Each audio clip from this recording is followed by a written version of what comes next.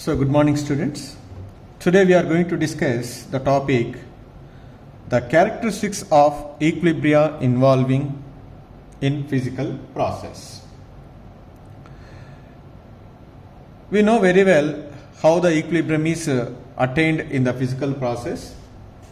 So, from that examples, we are sum up the general characteristics as the very first one we are observed, that is the measurable properties of the system. The measurable properties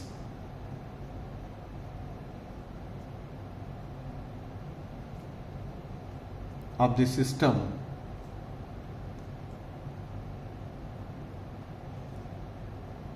becomes constant at equilibrium.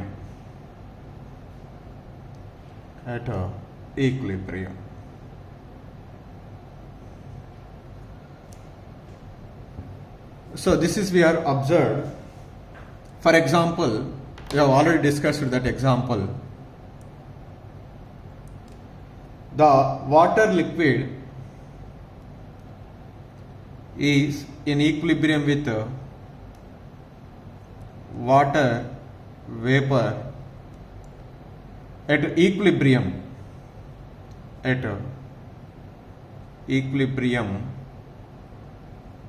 which is constant. Vapor pressure is constant. Vapor pressure is constant. This is we discussed very clearly. At a particular temperature. This is the first characteristics of the physical equilibrium. The second one is the equilibrium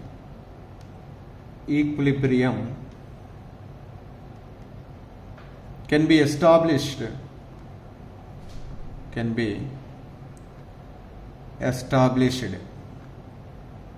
only in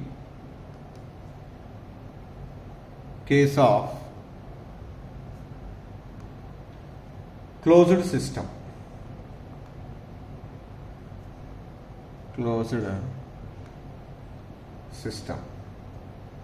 That is, the system should not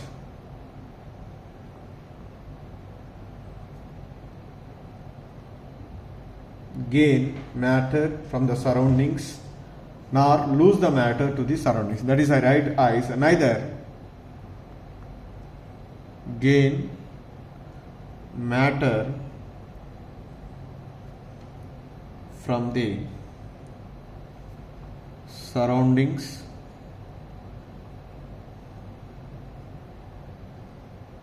nor lose matter to the surroundings.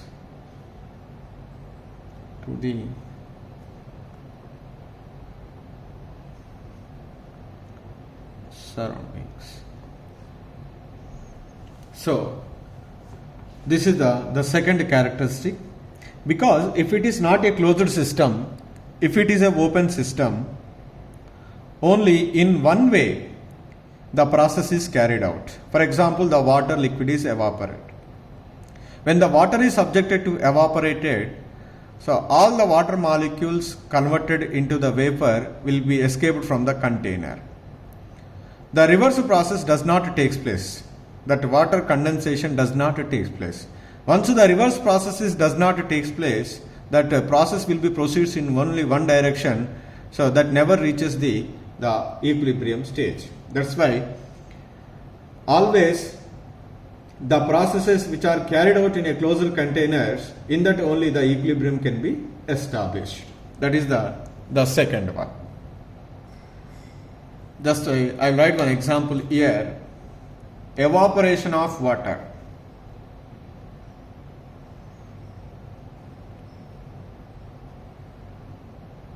Evaporation of water occurs only in closed container. In closed container, then only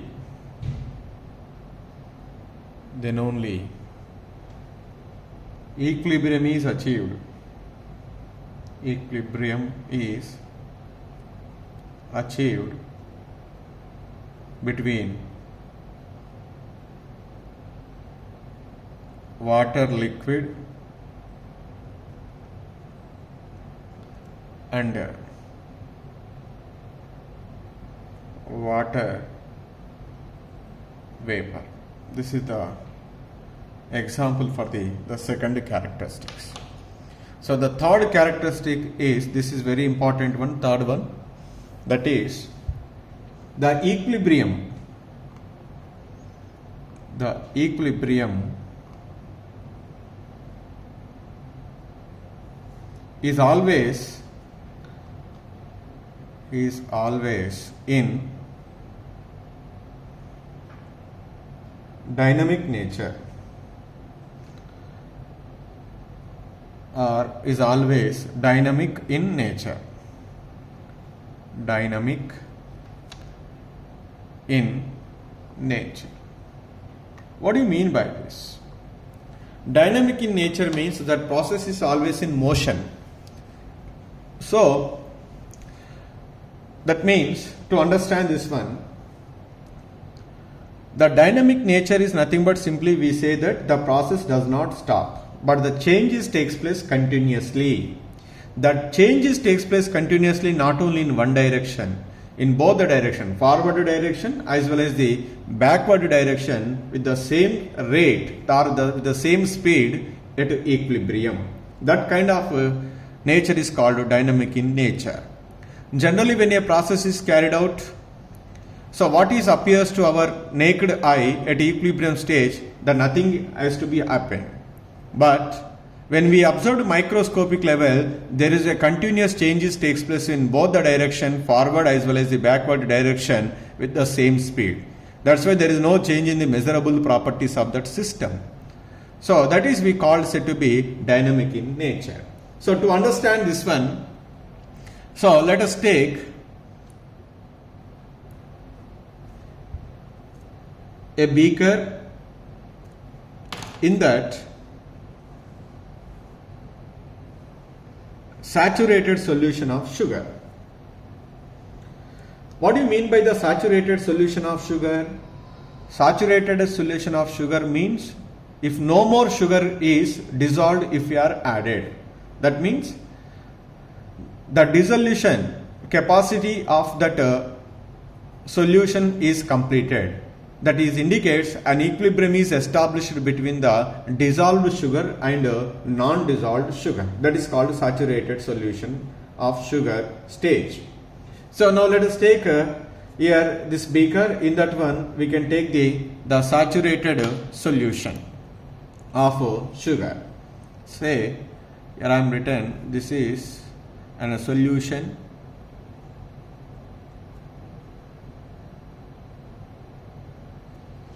here. Better to write till here. Some undissolved sugar is present because that solution has no more capacity to dissolving the sugar. I write at this stage. This is. Now this is undissolved sugar.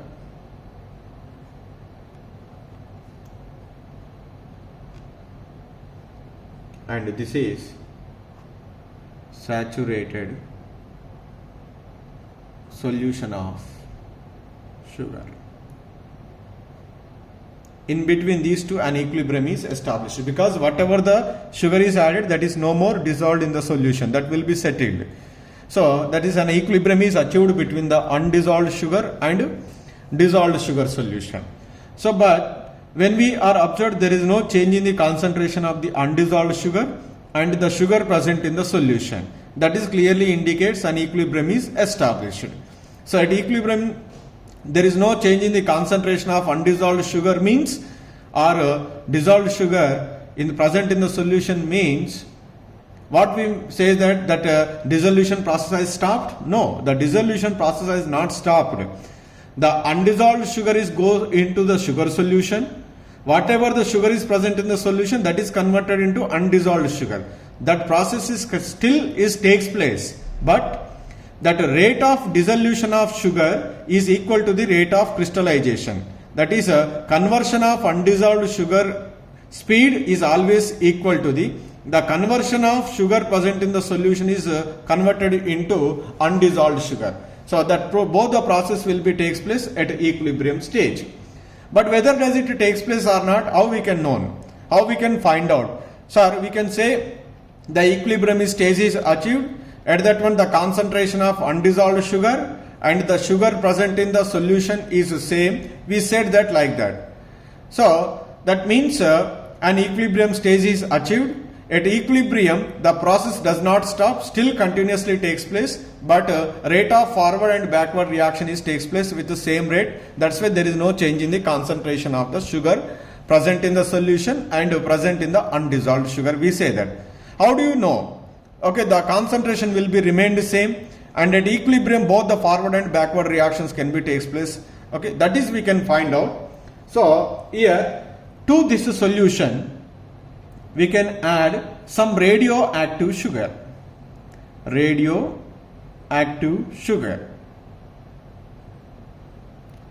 So when we added the radioactive sugar to the above solution, if the process takes place at equilibrium, then definitely this saturated solution of sugar is become the saturated solution of radioactive sugar. Because previously we are not added radioactive sugar, that is non-radioactive sugar. That's why this solution is non-radioactive solution of sugar. So to this solution we are added radioactive sugar. Here the two cases are there. If there is no change in takes place at equilibrium, the solution will be remained as saturated solution of non-radioactive sugar. If the process still takes place at equilibrium with the same speed, definitely this saturated solution of non-radioactive sugar becomes saturated solution of radioactive sugar. So that is we have to be find out. Now after dissolving this radioactive sugar, so to this above solution, then what we find out is, here this is the, and some non-radioactive sugar solution, it is already exist as previous one. Some undissolved sugar is also present here.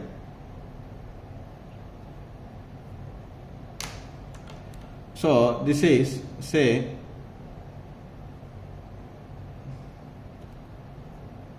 non-radioactive sugar, this is, and this is radioactive sugar. Radioactive sugar.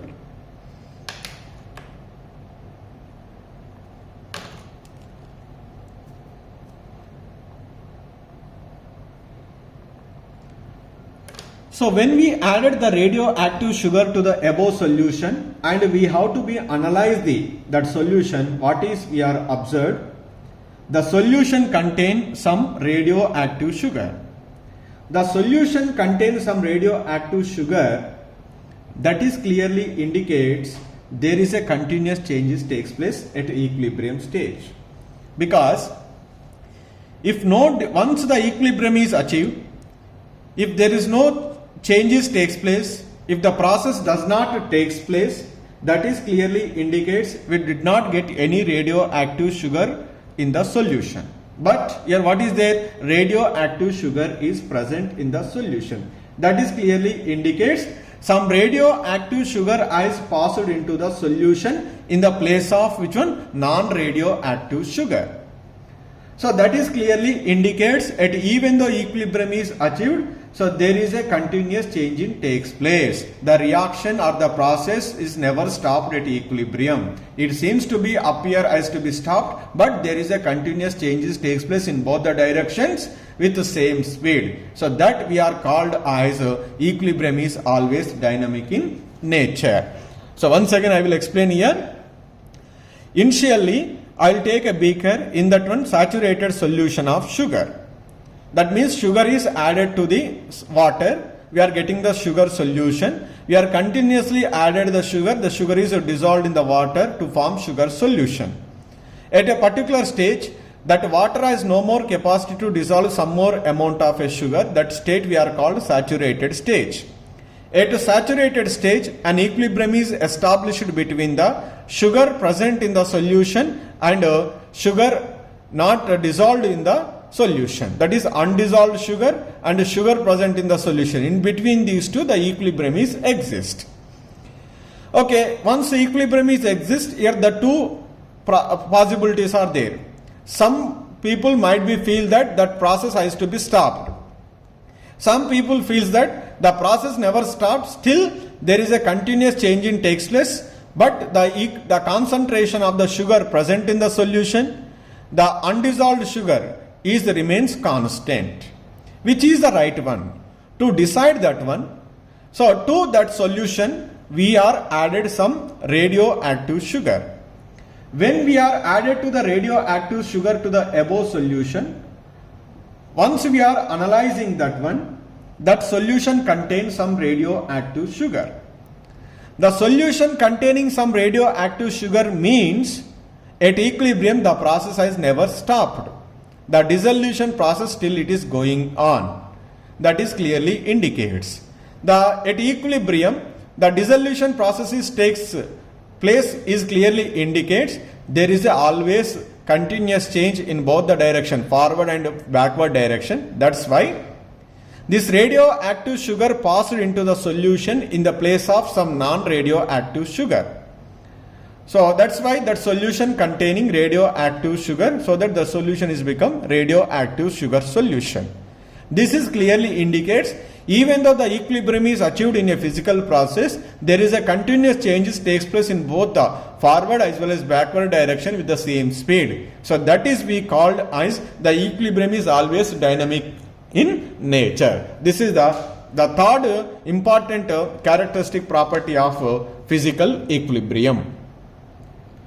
So the fourth characteristic of the physical equilibrium is when equilibrium is attained, there exists an expression of concentration of the substances involved in the equilibrium which becomes constant at a given temperature. So that means, for example, the water liquid H2O liquid is in equilibrium H2O gas. In this case, the pressure of water, that is a vapor pressure of water becomes constant because it is involved in the expression, so that is entire values become constant.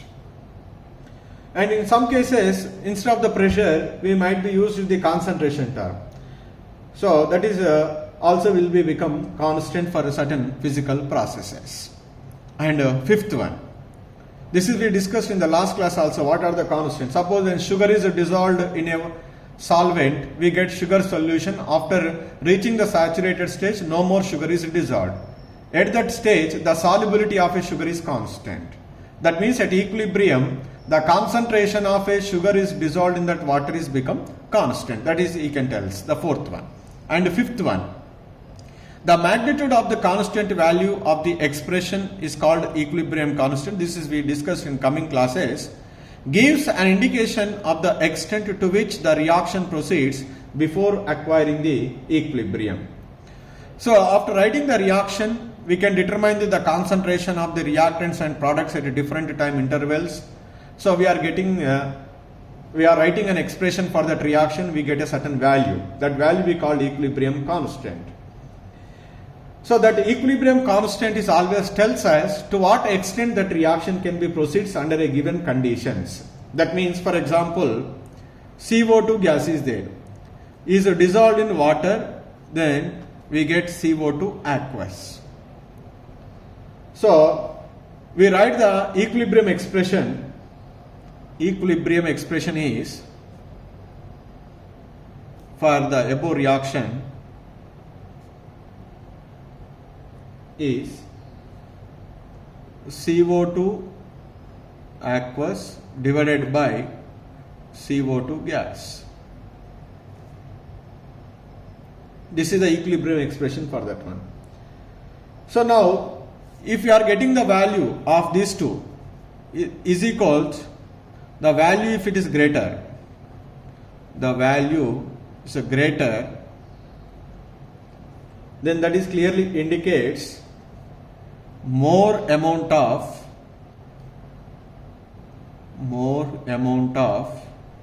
CO2 dissolved in water. Because we are getting the value is greater, that is clearly indicates when you are getting the numerator value is very high, denominator value is less.